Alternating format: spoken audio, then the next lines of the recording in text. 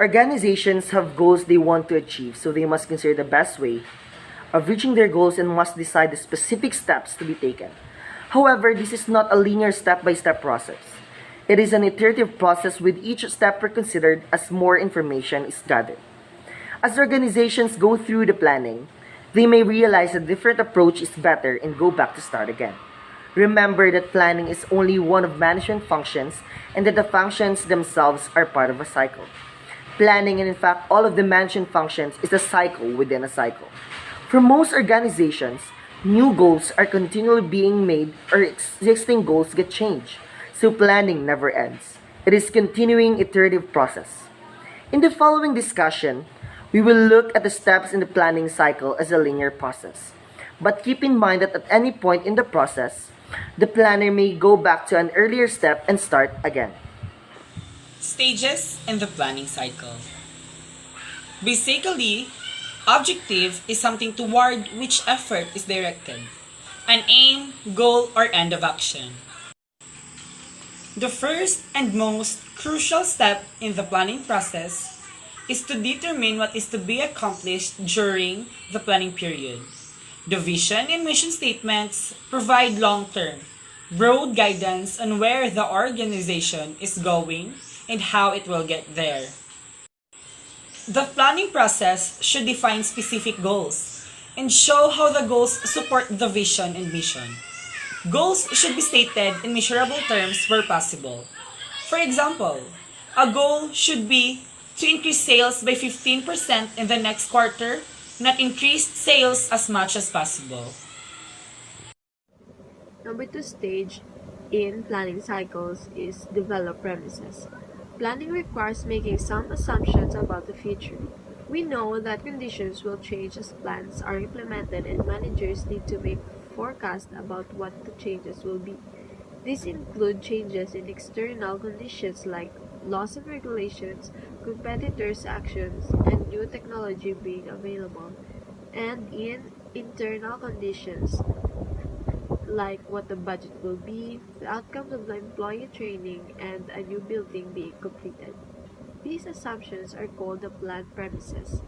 It is important that these premises be clearly stated at the start of the planning process. Managers need to monitor conditions as the plan is implemented. If the premises are not proven accurate, the plan will likely to have be changed. Evaluate alternatives. There may be more than one way to achieve a goal. For example, to increase sales 12%, a company could hire more salespeople or lower prices, create a new marketing plan, expand into a new area, or take over a competitor. Managers need to identify possible alternatives and evaluate how difficult it will be to implement each one and how likely each one would lead to success.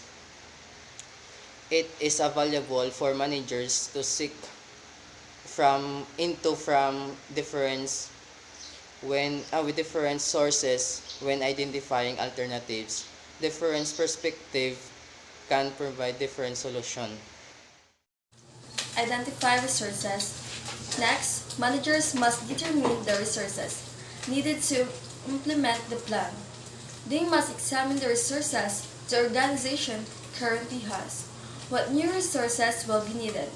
When the resources will be needed, and they will come from. The resources could include people with particular skills and experience, equipment and machinery, technology, or money. This step needs to be done in conjunction with the previous one because each alternative requires different resources. Part of the evaluation process is determining cost and availability of resources. How can we identify resources? Here are the 5 tips for identifying project resources. Tip number 1, know what work is required. Make sure that you have a clear brief before the project starts. Tip number 2, plan in advance.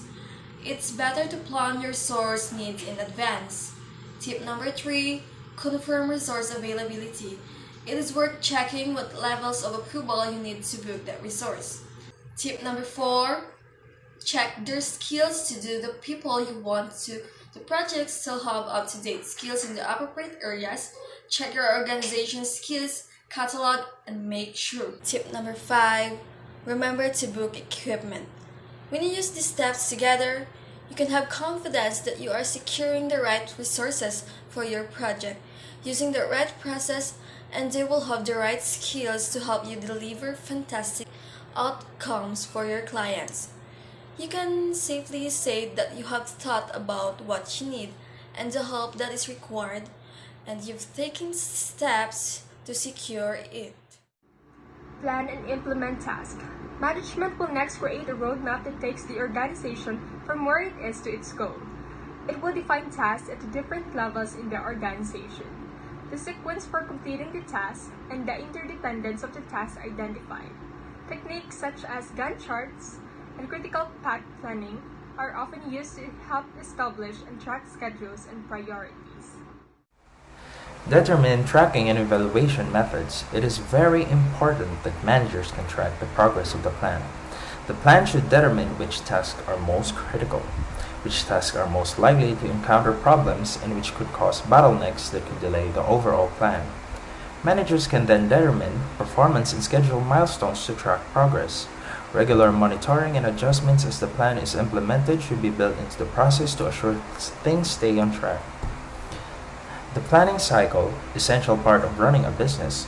Following the planning cycle, process assures the essential aspect of running a business are completed. In addition, the planning process itself can have benefits for the organization. The essential activities include the following: maintaining organizational focus. Defining specific goals requires managers to consider the vision, mission, and values of organization and how this will be operationalized. The methods and selected goals can demonstrate that the vision, mission, and value statement are working documents that are not just for show but prescribed activities. Encouraging diverse participation. Planning activities provide an opportunity for input from different functions, departments, and people. Some organizations establish planning committees that intentionally include people from diverse backgrounds to bring new perspectives into the planning process. Empowering and motivating employees. When people are involved in developing plans, they will be more committed to the plans. Allowing diverse input into the planning cycle empowers people to contribute and motivates them to support the outcomes. These steps involves mapping out exactly how to achieve a particular goal. We say, for example, the organization goal is to improve a company's sale. The manager first needs to decide which steps are necessary to accomplish that goal. This step may include increasing advertising, inventory, and sales staff.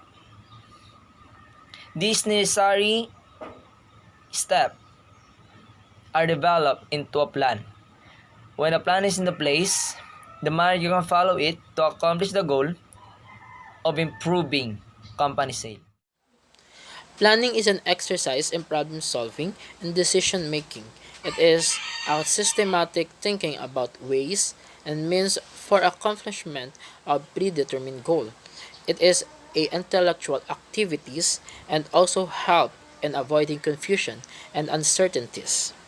Planning is an important attribute of management in achieving the aims and goals. Planning is a process that determines the future course of an action and undertaken at all levels of management. It is a continuous and it includes the process of perception, analysis, and conceptual issues.